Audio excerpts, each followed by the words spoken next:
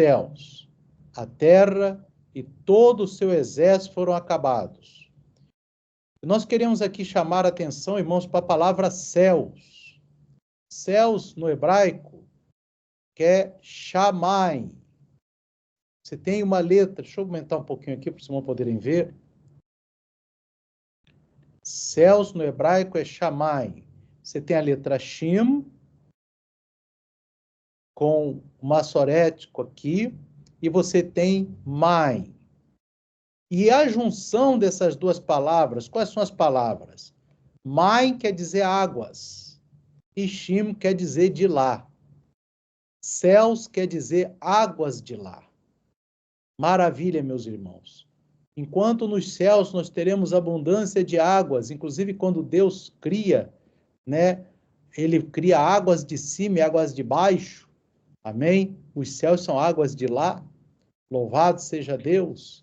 Por isso, meus irmãos, que é uma maravilha, nós sabemos que em breve também estaremos bebendo da água da vida lá nos céus.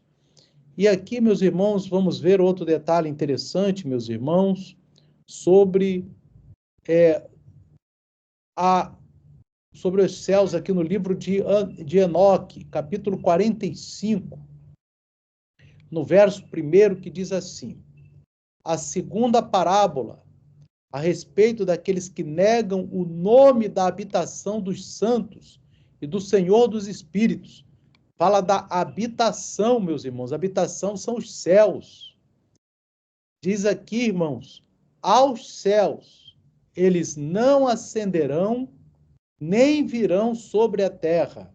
Esta será a porção dos pecadores que negam o nome do Senhor dos Espíritos e que estão assim reservados para o dia da punição e da aflição.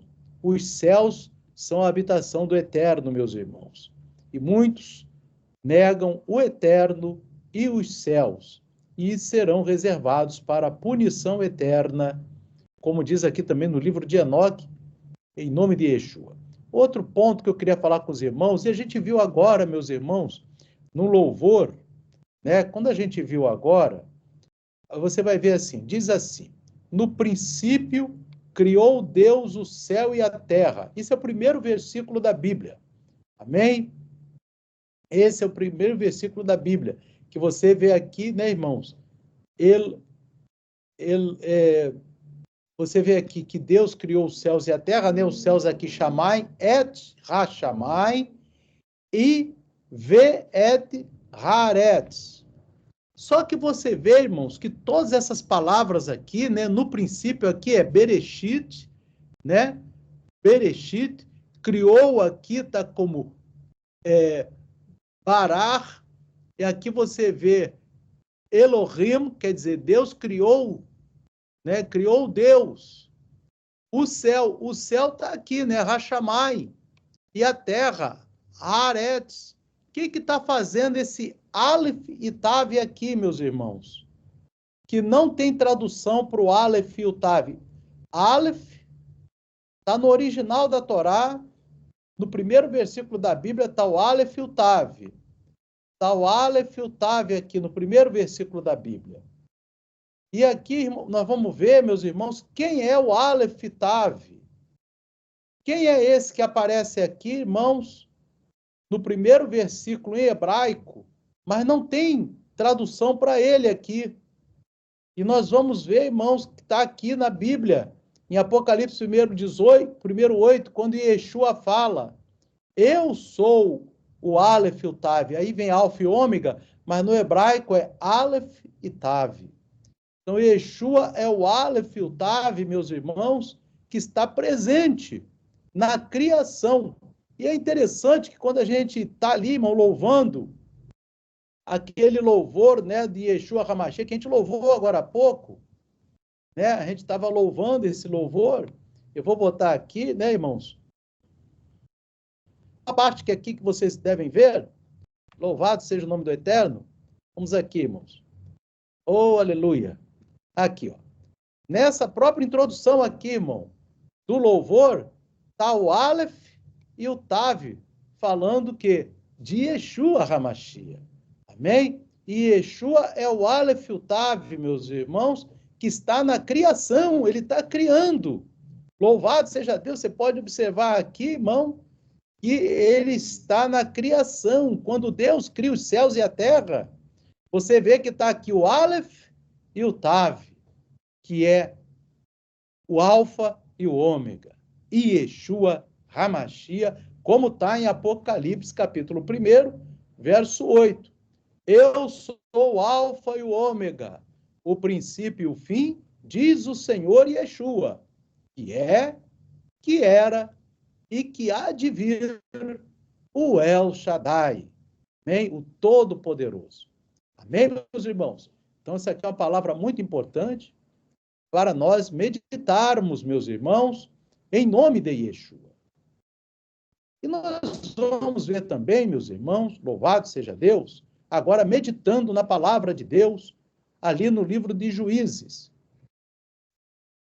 Nós vamos ali, meus irmãos, no livro de Juízes, louvado seja Deus, falar sobre Gideão, meus irmãos, e quanto isso é importante. Agora vamos falar aqui em Juízes, capítulo de número 6, no verso 1, que diz assim: porém, os filhos de Israel fizeram o que era mal aos olhos do Eterno, e o Eterno os deu nas mãos dos midianitas por 7 anos. Então você vê, irmão, como que isso aqui é algo profético. Quando a gente faz o bem diante do Eterno, o que o Eterno faz com a gente? Nos protege. Quando Israel fez o que era mal aos olhos do Eterno, o Eterno o deu na mão dos seus inimigos. Amém? Então, para nós não sermos dados na mão dos nossos inimigos, meus irmãos, nós temos que fazer a vontade do Eterno. E veja bem que foram 7 anos, meus irmãos. E prevalecendo a mão dos midianitas sobre Israel, fizeram os filhos de Israel para si, por causa dos midianitas, as covas que estão nos montes, as cavernas e as fortificações.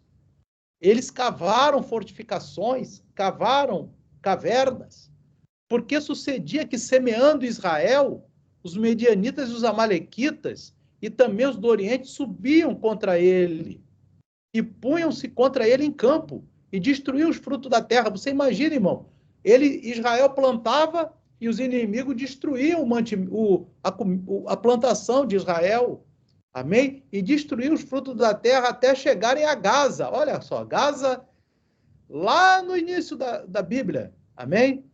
E não deixava mantimento em Israel, nem ovelhas, nem bois, nem jumento. Israel estava sem prosperidade nenhuma, meus irmãos.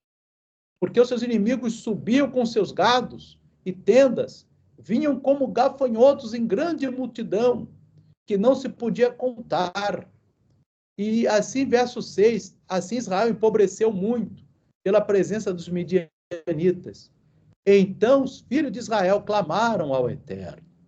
E sucedeu que, clamando os filhos de Israel ao Eterno, por causa dos midianitas, enviou o Eterno um profeta aos filhos de Israel, que lhes disse: assim diz o Senhor, Deus de Israel, do Egito eu vos fiz subir, e vos tirei da casa da servidão, e vos livrei da mão dos egípcios, e da mão de todos quantos vos oprimiam, e os expulsei de diante de vós, e a vós dei a sua terra. E vos disse: eu sou o Senhor vosso Deus, não temais aos deuses dos amorreus, em cuja terra habitais, mas não destes ouvido à minha voz. Deus está dizendo para o povo: eu tirei você da escravidão do Egito, te dei a bênção. E aí vocês voltaram a adorar outros deuses. E agora estão sofrendo de novo a escravidão. Porque a escravidão, Deus tirou eles da escravidão, deu a terra. E eles fizeram o quê? Quiseram voltar para a escravidão de novo, porque desobedeceram a Deus. Assim, nós, irmãos, nós temos que entender que para nós termos vida mansa com Deus, é somente fazendo a vontade de Deus. Não tem como não ter vida abençoada e próspera sem fazer a vontade de Deus. E o mundo está provando isso agora, meus irmãos, que estamos vendo já o mundo já em crise, E muita crise, meus irmãos. E por que, meus irmãos, todas essas crises? Essas crises exatamente ocorrem, meus irmãos, porque a humanidade deixou de fazer a vontade do Eterno. Amém? Então você observa bem, meus irmãos, agora, verso 11. Mas Deus ouviu o clamor. Quando a pessoa se humilha, meus irmãos, perante Deus, Deus ele ouve o clamor e providencia um livramento. Então o anjo do Senhor veio e assentou-se debaixo do carvalho que está em Ofra, que pertencia a Joás, a Biesrita, e Gideão, seu filho, estava malhando trigo no lagar para o salvar dos midianitas. Então veja bem, irmãos, como os midianitas estavam destruindo toda a plantação, o Gideão, que era filho de Joás, era um rapaz. Ele estava ali malhando trigo, ou seja, já debulhando o trigo no lagar para que aquele trigo fosse salvo. E o anjo do Senhor lhe apareceu e lhe disse, vê que o anjo do Senhor se assentou debaixo do cavalo que está em Ofra. Então veja bem, o anjo do Senhor ficou sentado, olhando Gideão ali batalhando, lutando, né, para salvar o trigo dos medianitas. Vê, né, meus irmãos, como é que Deus, ele contempla a tua luta, contempla o teu esforço. O anjo do Senhor estava sentado, às vezes você está assim, orando, tem um anjo sentado te olhando,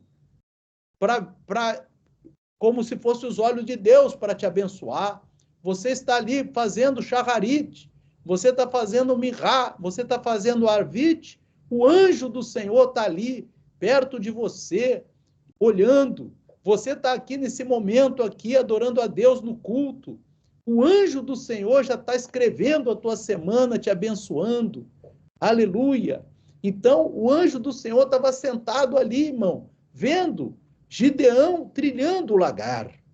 E diz assim no verso 12, meus irmãos, então o anjo do Senhor lhe apareceu e lhe disse, o Senhor é contigo, homem valoroso.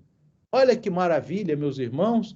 Gideão estava ali fazendo a sua função, o jovem Gideão, e Deus usa o anjo do Eterno que chega e aparece para Gideão. Você vê que o anjo estava sentado, mas o Gideão não podia vê-lo, porque o anjo estava invisível.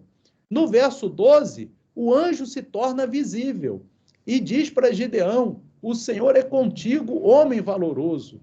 Mas Gideão lhe respondeu, ai, Senhor meu, se o Senhor é conosco, por que tudo isto nos sobreveio? E que é feito de todas as suas maravilhas que nossos pais nos contaram, dizendo, não nos fez o Senhor subir do Egito, porém agora o Senhor nos desamparou e nos deu nas mãos dos midianitas. Veja bem, meus irmãos, que Gideão não murmurou, ele mesmo relembrou que ele recebeu dos seus pais o ensinamento correto, de que Deus tinha libertado o povo de Israel do Egito, como tem ali no Shemá, que devemos passar isso pelas gerações. A família de Gideão era uma família justa. Aqui diz no verso 14, então o Senhor olhou para ele e disse, vai nesta tua força e livrarás a Israel das mãos dos midianitas. Porventura não te enviei eu? E ele lhe disse, ai, Senhor meu, com que livrarei a Israel? Eis que a minha família é a mais pobre em Manassés, e eu o menor na casa de meu pai. Lembra, meus irmãos, que a família de Davi era o menor da família de Jessé. Gideão era o menor na casa do seu pai, e a família dele era a mais pobre em Manassés. Mas Deus não olha para essas coisas. Quando Deus escolhe, está escolhido, meus irmãos, e Deus faz a obra. Vê aqui, irmão, no verso 16. E o Senhor lhe disse, porquanto eu hei de ser contigo, tu ferirás os midianitas, como se fossem um só homem. E ele disse, se agora tenho achado graça aos teus olhos, dá-me um sinal de que és tu que falas comigo. Então, rogo-te que daqui te não apartes, até que eu volte e traga o meu presente e o ponha perante ti. E disse, eu esperarei até que voltes. Então, veja bem, Gideão, ele fala assim, eu vou trazer uma oferta para o Eterno, eu vou ali apresentar uma oferta a Deus. No verso 19, E então Gideão preparou um cabrito e pães ázimos de um efa de farinha, a carne pôs num cesto e o caldo numa panela, e trouxe-lhe até debaixo do carvalho e lhe ofereceu. Porém o anjo de Deus lhe disse: toma a carne e os pães ázimos, e põe-nos sobre esta penha, e derrama-lhe o caldo. Então, irmão, o anjo trouxe numa panela, o Gideão trouxe numa panela, só que o anjo falou: bota em cima dessa pedra, tanto a carne como pães ázimos. Lembra dos pães ázimos, irmãos? Em breve teremos Pêssar, né, irmão? Daqui a 1 mês e meio. Amém? 2 meses certinho, daqui a 2 meses, em abril. E assim fez. Verso 21. E o anjo do Senhor estendeu a ponta do cajado que estava na sua mão e tocou a carne e os pães ázimos, então subiu o fogo da penha, fogo da pedra, e consumiu a carne e os pães ázimos, e o anjo do Senhor desapareceu de seus olhos. Então viu Gideão, que era o anjo do Senhor, e disse Gideão: ah, Senhor Deus, pois vi o anjo do Senhor face a face. Porém o Senhor lhe disse: paz seja contigo, não temas, não morrerás. Você vê agora, não era nem mais o anjo, já era o próprio Deus falando numa voz que ele ouviu perfeitamente: paz seja contigo, não morrerás. Então Gideão edificou ali um altar ao Senhor e chamou-lhe: o Senhor é Shalom, é paz. E ainda até o dia de hoje está em Ofra dos Asbierritas. E aconteceu naquela mesma noite que o Senhor lhe disse: toma o boi que pertence a teu pai, a saber, o segundo boi de 7 anos, e derruba o altar de Baal, que é de teu pai, e corta o bosque que está ao pé dele. Então veja bem, irmãos, o que é o Baal, irmão? Baal é o Deus Sol, que é cultuado no dia da árvore natalina. E aqui, esse bosque aqui, irmão, é exatamente a árvore que ficava sendo adorada junto com o Baal no dia 25. Amém? O Baal é o Deus Sol do dia 25 de dezembro. E o bosque aqui é a árvore, que eles faziam na árvore, o culto a Baal. E Deus diz: derruba o altar de Baal, que é de teu pai, e corta a árvore que está ao pé dele. Aleluia. Né, irmão? Porque com essas festas pagãs, Deus não opera, Deus não está dentro. Deus só está dentro se tiver fora a festa pagã, idolatria. Verso 26, meus irmãos. E Deus fala para Gideão: e edifica ao eterno teu Deus um altar no cume deste lugar forte, num lugar conveniente, e toma o segundo boi, e oferecerás em holocausto com a lenha que cortares do bosque. Então Gideão tomou 10 homens dentre os seus servos, e fez como o Senhor lhe dissera, e sucedeu que, temendo ele a casa de seu pai, e os homens daquela noite, não o fez de dia, mas fê-lo de noite. Levantando-se, pois, os homens daquela cidade de madrugada, eis que estava o altar de Baal derrubado, e o bosque estava ao pé dele cortado, ou seja, a árvore estava cortada, a árvore natalina, a árvore de Natal. E o segundo boi foi oferecido no altar que foi edificado. E uns aos outros disseram: quem fez esta coisa? E esquadriando, inquirindo, disseram: Gideão, filho de Joás, fez esta coisa. Então os homens daquela cidade disseram a Joás: tira para fora teu filho para que morra, pois derribou o altar de Baal e cortou o bosque que estava ao pé dele. Porém Joás disse a todos que se puseram contra ele: contendereis vós por Baal? Livrá-lo-eis vós? Qualquer que por ele contender ainda esta manhã será morto. Se é Deus, por si mesmo contenda, pois derrubaram o seu altar.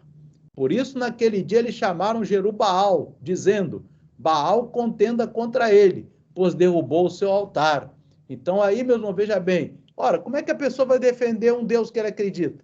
Se ele é Deus, ele vai agir por ele próprio, porque o nosso Deus age a favor de nós. Aleluia. Verso 33. E todos os midianitas e amalequitas e os filhos do Oriente se ajuntaram e passaram e acamparam no vale de Israel. Então veja bem, meus irmãos, que os inimigos de Israel estavam acampados no vale de Jezreel. Que vale de Jezreel é esse, irmão? é o vale da planície do Armagedon, é o mesmo, amém? A planície do Armagedon, onde vai estar, está lá até hoje, preparada para a batalha final, irmão, onde Yeshua aniquilará o anticristo do exército da terra, estava ali os midianitas, amalequitas ali, acampado ali, como o anticristo vai estar acampado também. Olha que coincidência, meus irmãos, que coisa, que referência. Diz assim no verso 34, então o Espírito do Senhor revestiu a Gideão, o qual tocou a trombeta, e os asbieritas se ajuntaram após ele. E enviou mensageiros por toda a tribo de Manassés, que também se juntou após ele. Também enviou mensageiros a Azer, a Zebulon e a Naftali, que saíram ao seu encontro. Então Gideão juntou homens de várias tribos de Israel para poderem pelejar contra os inimigos. E verso 36 diz assim, e disse Gideão a Deus, se hás de livrar a Israel por minha mão, como disseste, olha, irmão, que coisa tremenda aqui, esse momento que Gideão vai conversar com Deus, e Deus e Gideão vão entrar ali numa intimidade para ver como é que Deus falando com ele. E disse Gideão a Deus, se hás de livrar a Israel por minha mão, como disseste, eis que eu porei um velo de lã na eira. Se o orvalho estiver somente no velo, e toda a terra ficar seca, então conhecerei que hás de livrar a Israel por minha mão, como disseste. E assim sucedeu, porque no outro dia, Gideão se levantou de madrugada e apertou o velo, e do orvalho que espremeu do velo encheu uma taça de água. Então Deus já falou para Gideão, estou contigo, só ficou o velo com água. Mas Gideão, irmãos, ainda provou Deus mais uma vez. E Deus teve paciência com Gideão, porque Gideão era fiel a Deus. Quando você é fiel a Deus, meu irmão, você fala com Deus, você pede uma prova, Deus te dá, você pode pedir uma segunda prova e Deus vai te dar a mesma prova. Aqui você vê, no versículo 39, e disse Gideão a Deus, não se acenda contra mim a tua ira, se eu ainda falar só essa vez. Rogo-te que só esta vez faça a prova com o velo. Rogo-te que só o velo fique seco, e em toda a terra haja orvalho. Então, na primeira vez, ele pediu que o velo tivesse molhado e a terra seca. Agora ele queria que o velo tivesse seco e a terra molhada.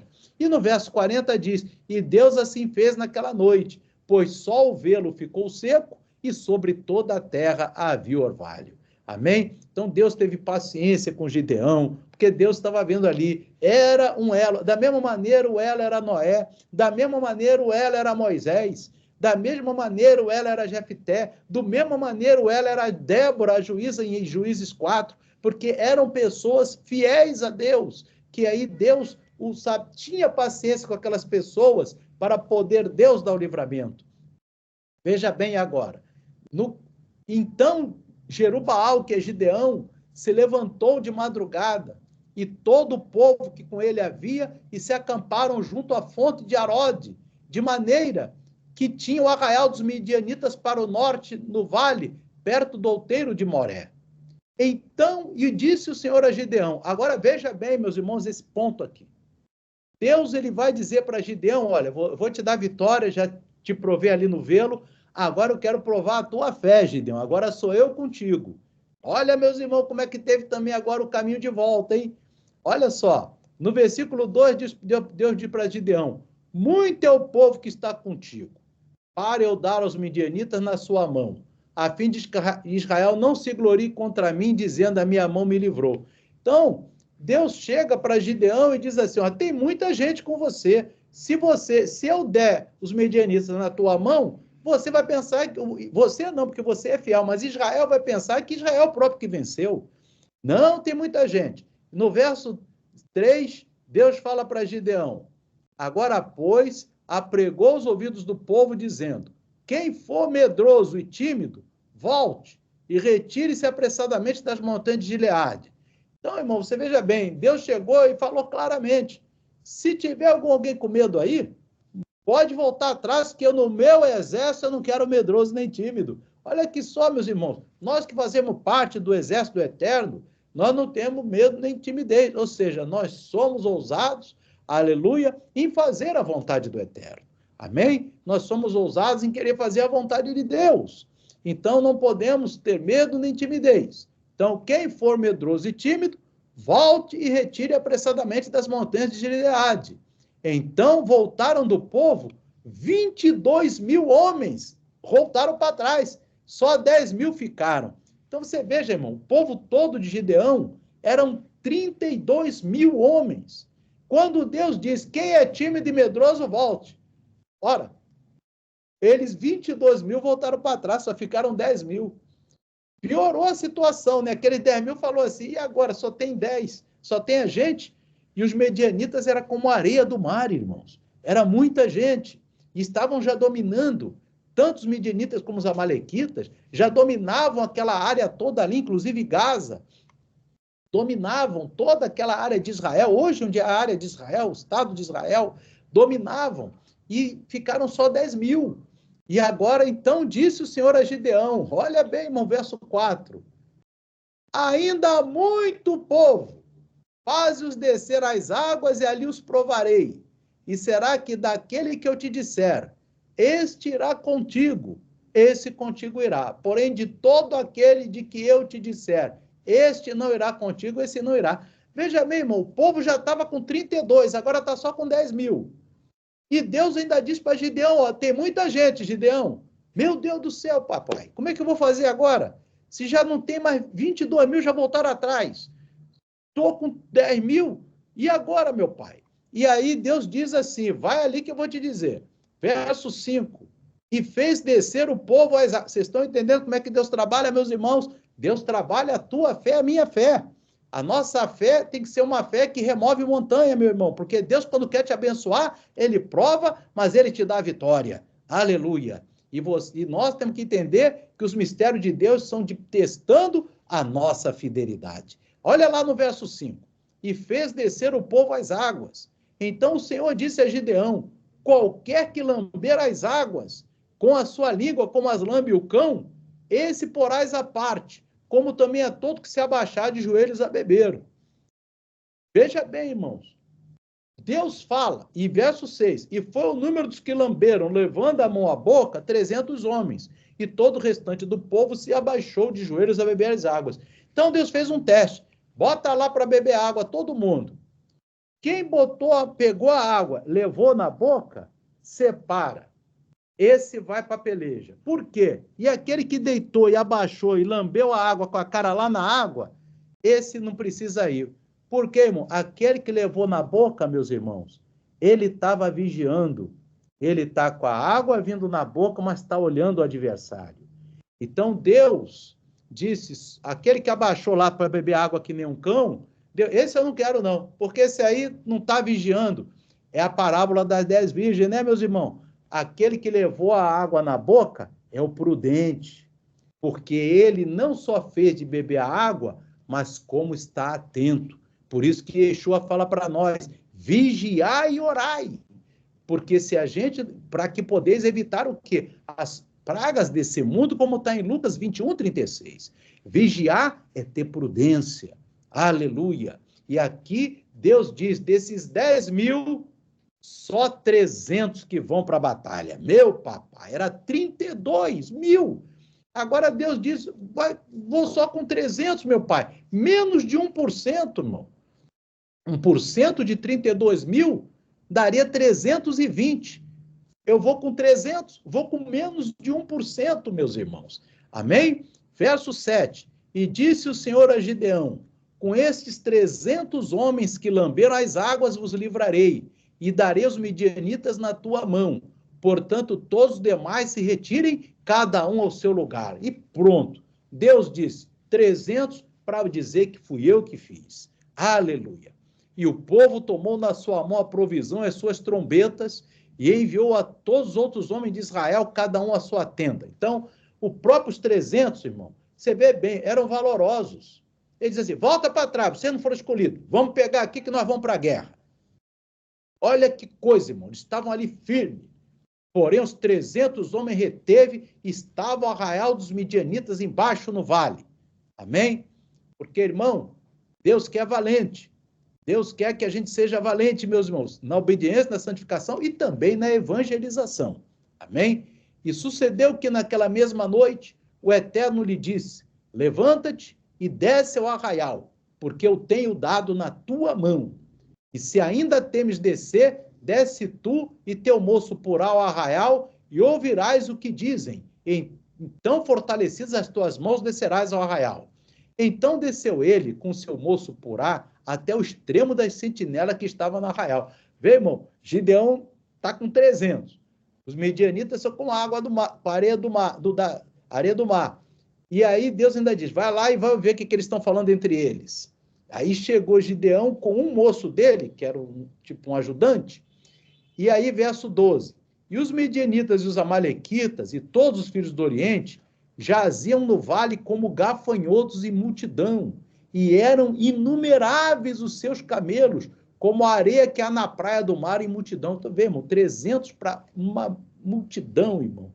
Chegando, pois, Gideão, eis que estava contando um homem ao seu companheiro um sonho e dizia, eis que tive um sonho, eis que um pão de cevada torrado rodava pelo arraial dos midianitas e chegava até a tenda, e a feriu e caiu, e a transtornou de cima para baixo e ficou caída. E respondeu o seu companheiro e disse, não é isto outra coisa senão a espada de Gideão, filho de Joás, varão israelita. Deus tem dado na sua mão os medianitas e todo esse arraial. Então você vê, irmão, Deus já tinha colocado no coração dos inimigos de Gideão que ele ia derrotar os inimigos. E sucedeu que, ouvindo Gideão a narração deste sonho e a sua explicação, adorou e voltou ao arraial de Israel e disse, levantai-vos, porque o Senhor tem dado o arraial dos medianitas nas nossas mãos. Então, dividiu os 300 homens em 3 companhias e deu-lhes cada um nas suas mãos trombetas e cântaros vazios com tochas acesas dentro dos cântaros. E disse-lhes, olhai para mim e fazei como eu fizer. E eis que, chegando eu à extremidade do arraial, será que como eu fizer, assim farei vós. Aleluia, meus irmãos. Tocando eu a trombeta, eu e todos que comigo estiverem, então também vós tocareis a trombeta ao redor de todo o arraial e direis, espada do Senhor, espada de Gideão. Chegou, pois, Gideão e os 100 homens que com ele iam ao extremo do arraial, ao princípio da vigília da meia-noite, meu irmão, meia-noite, era noite. Havendo sido de poucas trocadas as guardas, então a guarda dos midianitas estavam recém-colocadas. Então tocaram as trombetas, quebraram os cântaros que tinham nas mãos, aleluia, e assim tocaram as 3 companhias trombetas e quebraram os cântaros. E tinha nas suas mãos esquerdas as tochas acesas e nas suas mãos direitas as trombetas para tocarem e clamaram. Espada do Senhor e concefogaram do arraial. Então todo o exército pôs-se a correr e gritando fugiu. Tocando, pois, os 300 as trombetas, o Senhor tornou a espada de um contra o outro. Olha, irmão, os medianitas, e isto em todo o arraial, e o arraial fugiu de Zererá até Bet-sita, até os limites de Abel-meolá, acima de Tabate. Então os homens de Israel, de Naphtali, de Azer e de todo Manassés foram convocados e perseguiram os midianitas. Também Gideão enviou mensageiros a todas as montanhas de Efraim, dizendo, desceu ao encontro dos midianitas e tomai-lhe as águas até Bet-bara e também o Jordão. Convocados, pois, todos os homens de Efraim, tomaram-lhes as águas de Bet-bara e o Jordão e prenderam a 2 príncipes dos midianitas, a Oreb e Zeeb, e mataram a Oreb na penha de Oreb, e a Zeeb mataram no lugar de Zeeb, no lagar de Zeeb. E perseguiram os medianitas e trouxeram as cabeças de Oreb e de Zeeb a Gideão, além do Jordão. Então veja, meus irmãos, que Deus, com 300 homens, fez essa maravilha ali, irmão, contra exércitos que eram que nem areia do mar. Amém? Porque Deus, quando quer fazer um propósito, meus irmãos, ele já faz, mas o que ele quer é um canal de bênção. Você tem que ser um canal de bênção, meu irmão, minha irmã, para a tua vida e a vida de várias pessoas. Você tem que ser um canal em que Deus possa se apoiar para trazer a mensagem e Deus fazer que nem Gideão, na tua vida e na vida de todos aqueles a quem Deus quer atingir Em nome de Yeshua. Amém e amém.